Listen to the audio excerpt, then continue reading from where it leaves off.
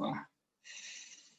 Tuhan Yesus, kami berdoa pada malam ini. Oh Tuhan Yesus, kami tahu segala perkara sulit, segala perkara juga tidak mudah di dalam kehidupan kami sehari demi sehari.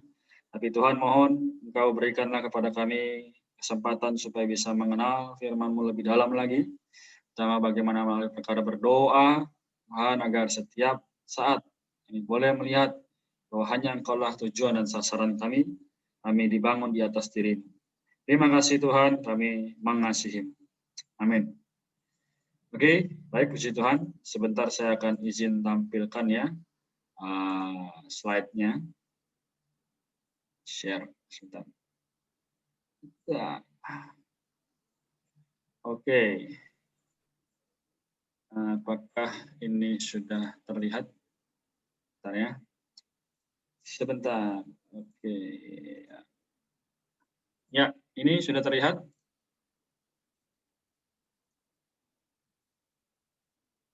Apa cuma gimana ini? Kelihatan, Kak. Kelihatan ya? Iya. Oke, bentar. Oke, sudah muncul tulisannya ya? Udah, Kak. Nah, jadi kan judul kita pada hari ini adalah The Attitude in Our Prayer, ya, atau bahasa yang kerennya dari sikap dalam doa kita.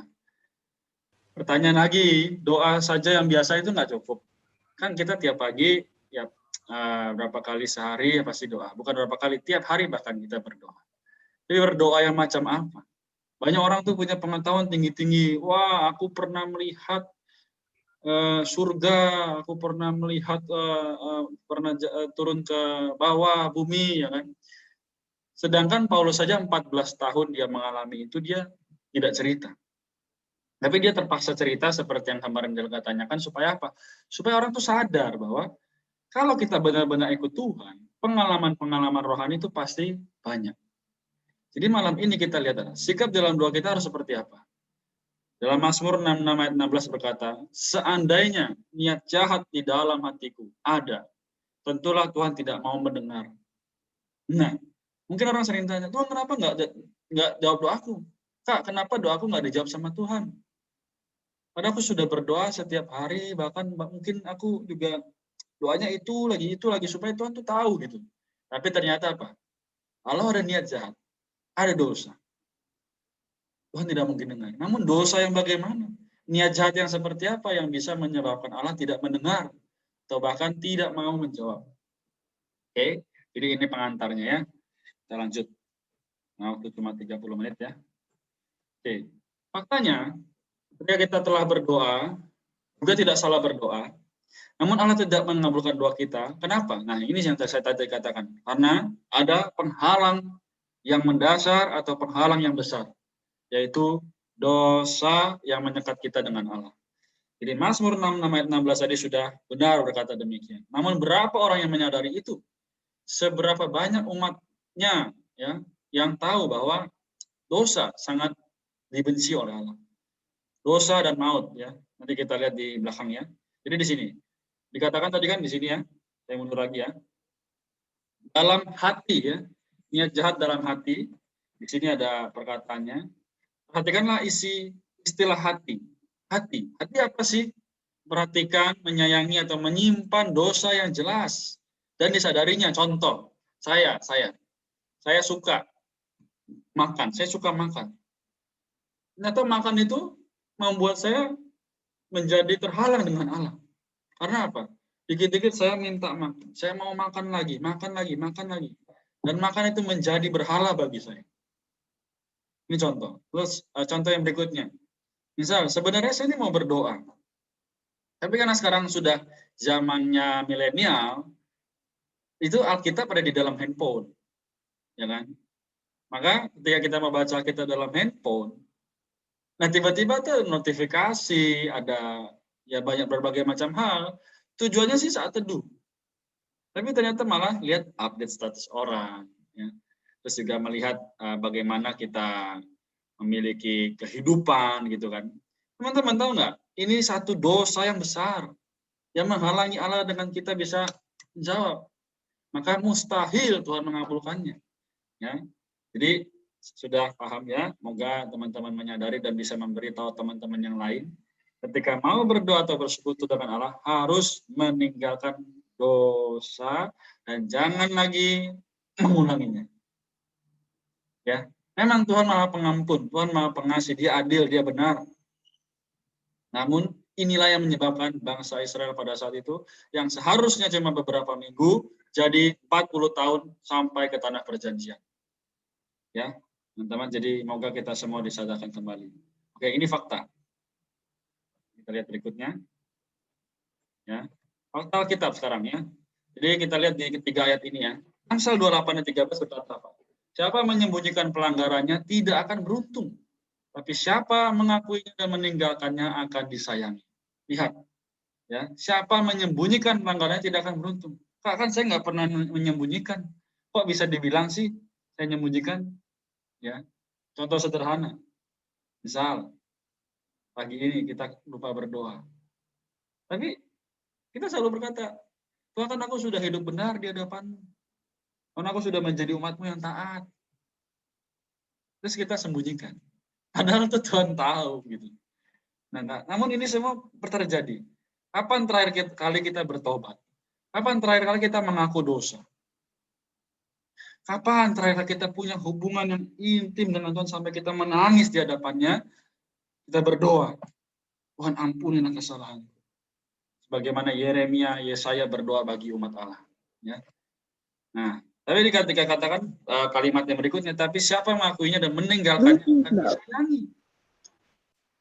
Wow, teman-teman sekalian, ingin disayangi Tuhan, tinggalkanlah dosa itu. Dosa apapun. Kita khawatir, kita cemas, iri hati, ya, gadget yang mengganggu kita dengan Allah. Semoga kita semua diterangi pada malam hari ini ya. Lalu yang kedua, Roma 7:20, ini kita perlu sadari bahwa bukan lagi aku yang memperbuatnya. Paulus dalam kitab Roma berkata, aku ini ingin berbuat baik, tapi dosa di dalam aku yang memperbuatnya untuk aku berbuat jahat, meninggalkan Allah, menduakan Allah, juga apa? Membuat diri sendiri merasa, aduh pikiranku mengapa begini ya, kok aku nggak bisa fokus sama Tuhan, nggak bisa kusuk dengan Tuhan, karena ada dosa. Teman-teman sekalian, kita perlu menyadari ya bahwa memang ini sangat penting ya. Jadi kalau kita mau tahu bagaimana hubungan kita dengan Tuhan itu adalah satu, sudah belum kita menyadari ada dosa. Kalau sudah menyadari ada dosa, jangan lagi mengulanginya. Dan kalau sudah tidak mengulanginya, hiduplah dengan sungguh-sungguh dan tulus. Ya, seperti Paulus. Dia terus bertanya, Tuhan, siapa yang akan melepaskan aku dari tubuh maut ini? Sekarang ini tubuh kita ya. Ini tubuh maut. Contohnya, dikit-dikit ngantuk. Dikit-dikit males. Mau berdoa, Tuhan nanti dulu. Mau baca kitab, Tuhan masih ada kerjaan. Males, dosa. Dan memang ini tubuh maut. Jadi kita perlu apa? Tuhan selamatkan aku. Kapan? Tiap pagi habis bangun tidur. Setiap saat kalau kita ada kesempatan, kita panggil namanya. Oh Tuhan Yesus. Oh Tuhan Yesus. Bukan hanya sekedar ramai-ramai. Bukan hanya sekedar lihat jumlah orang. Kalau kita lihat ya, misal, saya ambil contoh. Saya misal pembicara nih, ya kan? Lalu saya live di YouTube. Ya, di situ banyak orang terjamah, ribuan orang menonton. Tapi ada nggak pengalaman pribadi dari orang-orang tersebut? Ada nggak jamahan Tuhan secara pribadi kepada mereka, lalu mereka menjamah Tuhan secara pribadi, ada nggak? Nah, itu kan yang perlu kita lihat. Nah, karena Tuhan sendiri berkata, di mana 2-3 orang berkumpul dalam namaku, aku ada di tengah-tengah mereka. Jadi moga malam ini kita kembali diteguhkan ya, penyegaran ya, supaya kita masing-masing juga dikuatkan melalui fakta-fakta Alkitab, bukan perkataan saya tapi dorongan Roh Kudus yang membuat orang-orang bisa menulis firman ini ya. Baik, kalau tidak ada pertanyaan, saya lanjut dulu. Apakah ada sampai di sini? Belum ya? Belum, Kak. Oke, baik. Kita lanjut dulu ya. Oke. Kemudian, kita juga perlu tahu dosa atau dunia. Roma pasal 7 ayat 12 ya. Nanti teman-teman bisa buka sendiri ayatnya. Jadi Roma pasal 7 ayat 12 berkata apa? Jadi hukum Taurat itu adalah kudus ya. Hukum Taurat itu kan Alkitab. Jadi bukan hanya kedua loh batu yang di tangan Musa pada saat itu. Tapi hari ini hukum Taurat yaitu Alkitab adalah kudus. Dan juga perintah itu adalah kudus, benar dan baik ya. Kalau tidak salah nanti teman-teman boleh cek ya. Jadi kita tahu bahwa hari ini banyak orang meninggalkan kebiasaan yang baik karena hanya mengejar yang kelihatan, yang visual. Wah, baik ya, bagus ya ini bicaranya. Wah, menjamah sekali, aku tersentuh. Gitu. Lalu dengan apa? Pujian-pujian ya kan. Wah, aku sangat terberkati. Tapi setelah itu besoknya lakukan lagi yang salah. Lakukan lagi yang salah. Maka kita perlu baik-baik memiliki Alkitab kita ya. Yang adalah buku, ingat, buku ya. Jadi jangan sampai kita melupakan atau meninggalkan kesempatan-kesempatan yang ada dengan Tuhan. Fakta pertama, ya, Alkitab adalah firman kudus. Ya. Maka kita harus memiliki satu kedambaan yang sedemikian, Tuhan, aku ingin dikuduskan. Tuhan, aku mau supaya Engkau mendapatkan masa hari ini, aku tidak hilang begitu saja. Kemudian yang kedua, dosa atau dunia memang menarik. Namun kita perlu melihat kepada kehendak Allah yang ada di dalam firman-Nya. Karena 1 Yohanes pasal 2 ayat 15 pun berkata, jika seorang mengasihi dunia ini, maka kasih akan Bapa tidak ada di dalam orang itu. Dunia di sekitar kita begitu menarik, begitu membuat kita merasa aku bisa, aku mampu.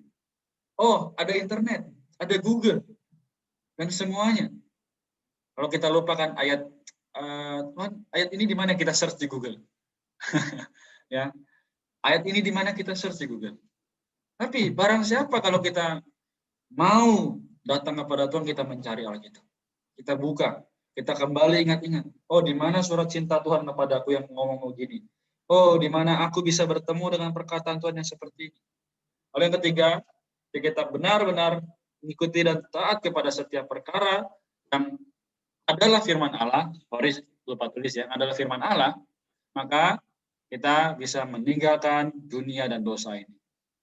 Jadi ini suatu perkara yang pasti dan tidak mungkin tidak. Maka kita semua dikuatkan ya. Oke, kita lanjut dulu. 3 ayat penting dari hari ini yang bisa kita pelajari adalah 1 Korintus 6 ayat 17 berkata, tapi siapa yang mengikatkan dirinya pada Tuhan menjadi satu roh dengan Dia. Ya. Lalu apa yang berhubungan dengan kita mengikatkan diri dengan Tuhan? Apa bedanya kita menjadi sendiri-sendiri, terus kan kita juga nggak ada masalah, nggak kena apa-apa.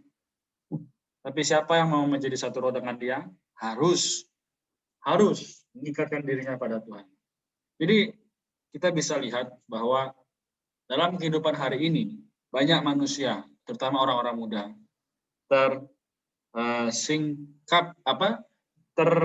teralihkan oleh diri masing-masing. Ya. Jadi bagaimanapun kondisi hari ini, bagaimanapun situasi hari ini, kita harus mengikatkan diri pada Tuhan. Ya. Kemudian kita lihat 1 Korintus 6 ayat 20, sebab kamu telah dibeli dan harganya telah lunas dibayar, karena itu muliakan Allah dengan tubuh. Lalu berdoa, kita panggil namanya, menyatakannya kepada setiap orang yang kita temui, pada setiap orang yang kita kenal. Mengapa? Karena mereka juga perlu diselamatkan, sama seperti kita yang telah diselamatkan. Oke, kemudian yang ketiga, Kisah Rasul 1 ayat 8, katakan, tetapi kamu akan menerima kuasa kalau Roh Kudus turun ke atas kamu, dan kamu akan menjadi saksiku Yerusalem, seluruh Yudea dan Samaria, dan sampai ke ujung bumi, dari Sabang sampai Merauke. Teman-teman, mau seperti ini? Mau seperti para rasul? Mau dipakai sama Tuhan secara besar-besaran? Ya, kita harus punya satu visi atau pandangan ke depan. Kalau kita gagal hari ini, Jangan gagal lagi esok. Kita harus apa? Mengaku dosa. Tuhan ampuni aku. Aku sudah gagal kemarin. Aku harus bangkit esok. Oh Tuhan, Engkau telah menebusku. Aku juga harus memuliakan Engkau dengan tubuh. Teman-teman sekalian, jadi orang-orang yang harus mempersembahkan apa?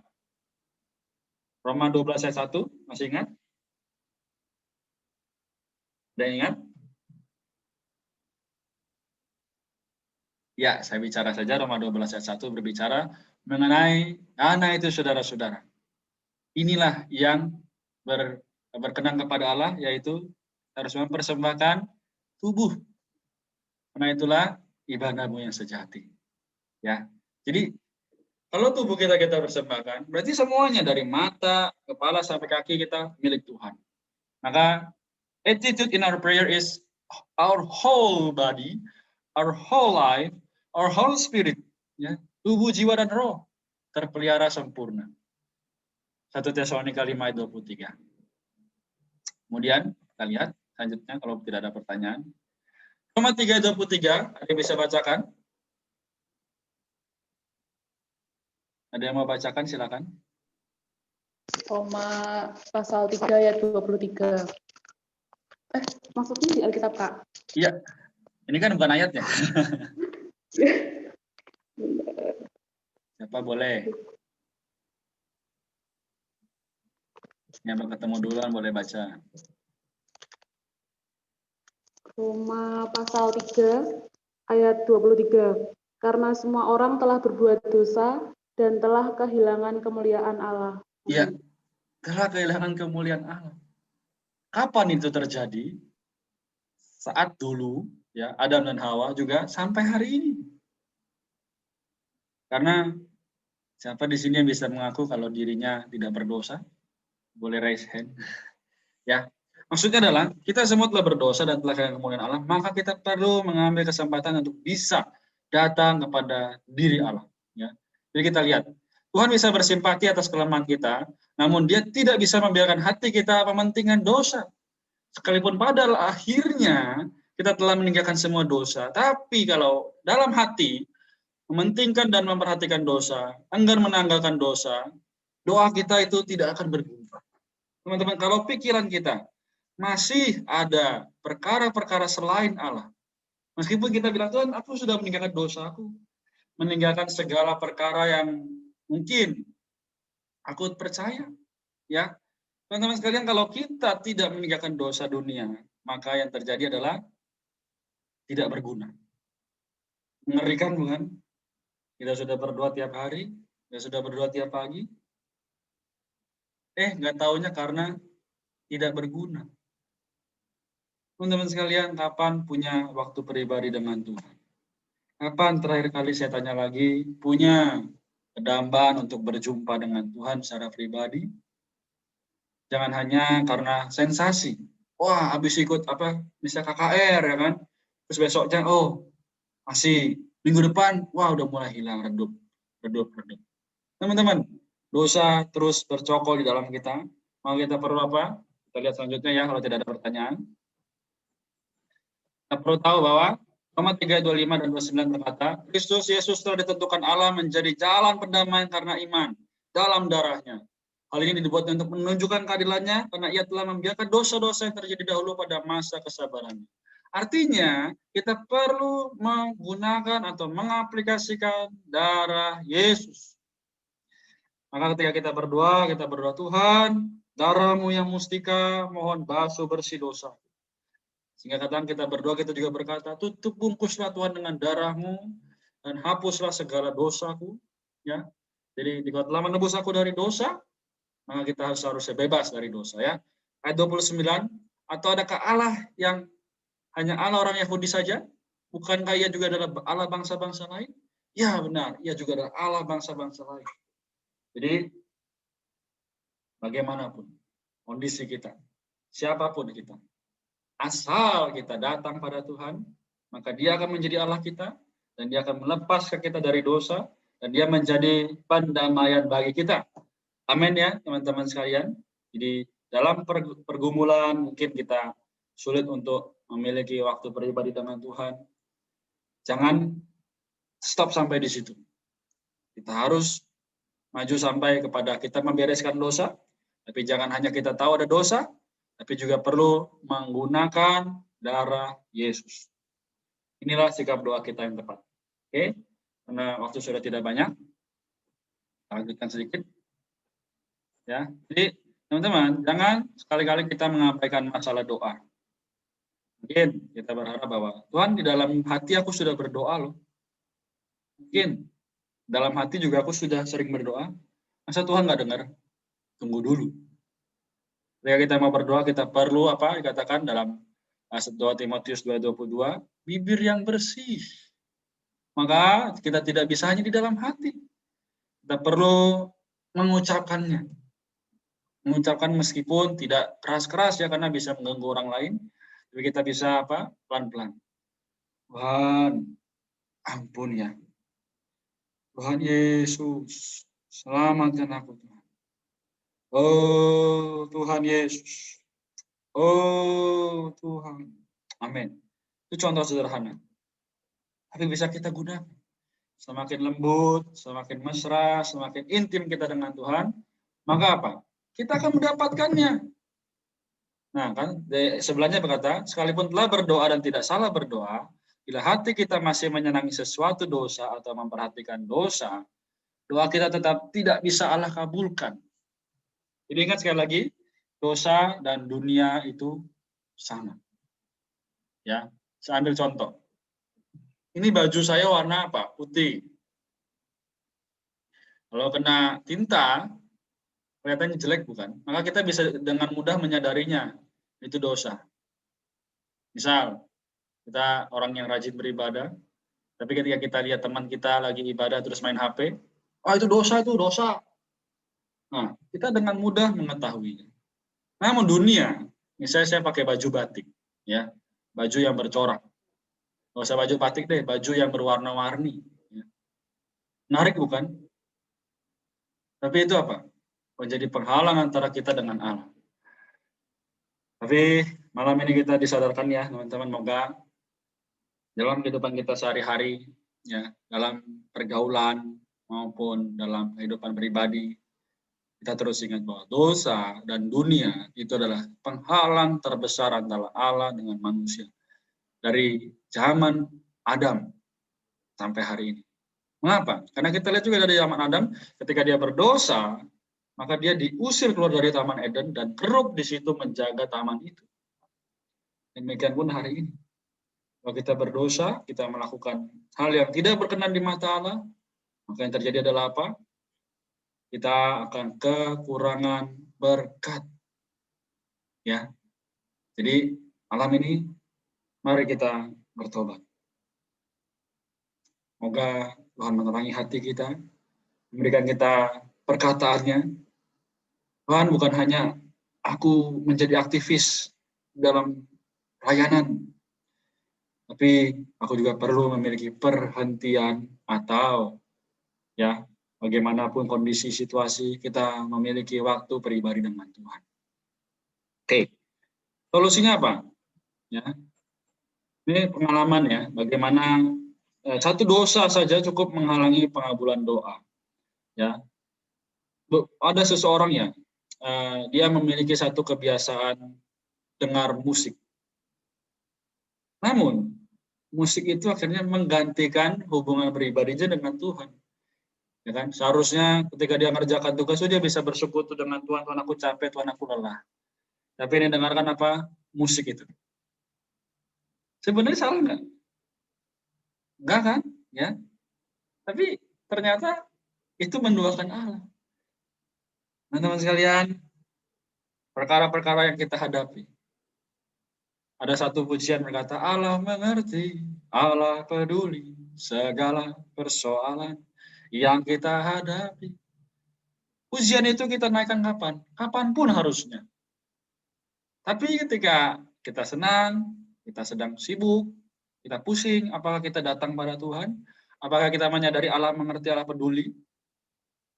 Teman-teman sekalian, malam ini kembali saya ingatkan bahwa dosa dan dunia itu sangat menarik, sangat memikat dan sangat menjauhkan kita dari Allah. Siapapun itu, ya, baik orang yang sangat rohani pun, asal ada dosa dan dunia di dalamnya, maka Tuhan sulit untuk menjawab. Nah, kita harus meletakkan semuanya di bawah darah Tuhan, dan meletakkan segala kekhawatiran, kecemasan kita di bawah kaki Tuhan. Semoga teman-teman semua disadarkan, kalau ada pertanyaan nanti bisa ditanyakan ya. Oke? Terus kita harus apa dong? Mau nggak mau, ya harus mau, karena memang itu yang harus kita kerjakan. Yaitu menanggalkan segala dosa dan dunia. Kapan? Sekarang. Pukul 20.25 ya, waktu Indonesia Barat, kita sama-sama meninggalkan dosa kita. Kesenangan kita yang menjauhkan kita dari Allah, kita tinggalkan. Lalu apa? Kita harus mengikuti setiap perintah Tuhan. Pertama apa? Menyeru namanya. Kenapa? Dalam Kisah Rasul 4 ayat 12 dan Roma 10 ayat 13, bahkan di semua perjanjian lama berkata apa? Nama Tuhan adalah nama yang menyelamatkan, dan di bawah kolong langit ini tidak ada nama lain yang di mana diberikan kepada manusia kita dapat diselamatkan. Tuhan Yesus. Ya. Oh Tuhan Yesus. Itu yang menyelamatkan kita. Maka kita berkata apa? Yesus itu Tuhan. Oh Yesus itu Tuhan. Amin. Saya mengajak yuk kita teman-teman boleh buka mic. Kita sama-sama berkata Yesus itu Tuhan ya. 2 kali saja. Kita sama-sama berkata demikian. Amin. 1, 2, 3. Yesus itu Tuhan. Oh Yesus itu Tuhan. Amin. Amin. Puji Tuhan. Segar bukan ketika kita berseru demikian, kita panggil namanya, seperti ada aliran air masuk yang menyegarkan roh, jiwa, dan tubuh kita. Semoga teman-teman semua mendapat jawaban dari setiap pertanyaan dan juga bisa terberkati. Amin. Saya sampai di sini. Jika ada pertanyaan lagi, boleh ditanyakan. Kalau tidak ada, mungkin kita akan tutup begitu. Tapi kalau ada pertanyaan silakan. Baik di topik ini maupun di luar topik ini juga boleh ya. Gimana? Adakah? Kita punya waktu sekitar 5 menit ya. Oke, berarti sudah cukup jelas ya. Amin, puji Tuhan. Oke, kalau begitu kita akan tutup dalam doa ya, karena sudah tepat waktu. Kalau nanti ada pertanyaan di luar ini, dipersilahkan untuk chat ya ke nomor yang sudah ada. Nanti kita akan berusaha jawab sama-sama. Bisa ada pergumulan apa ya, bagaimanapun situasi kondisi, ya kita beritahu pada Tuhan. Oke, baik kita tutup dalam doa. Kita sama-sama berdoa. Adakah teman-teman yang ingin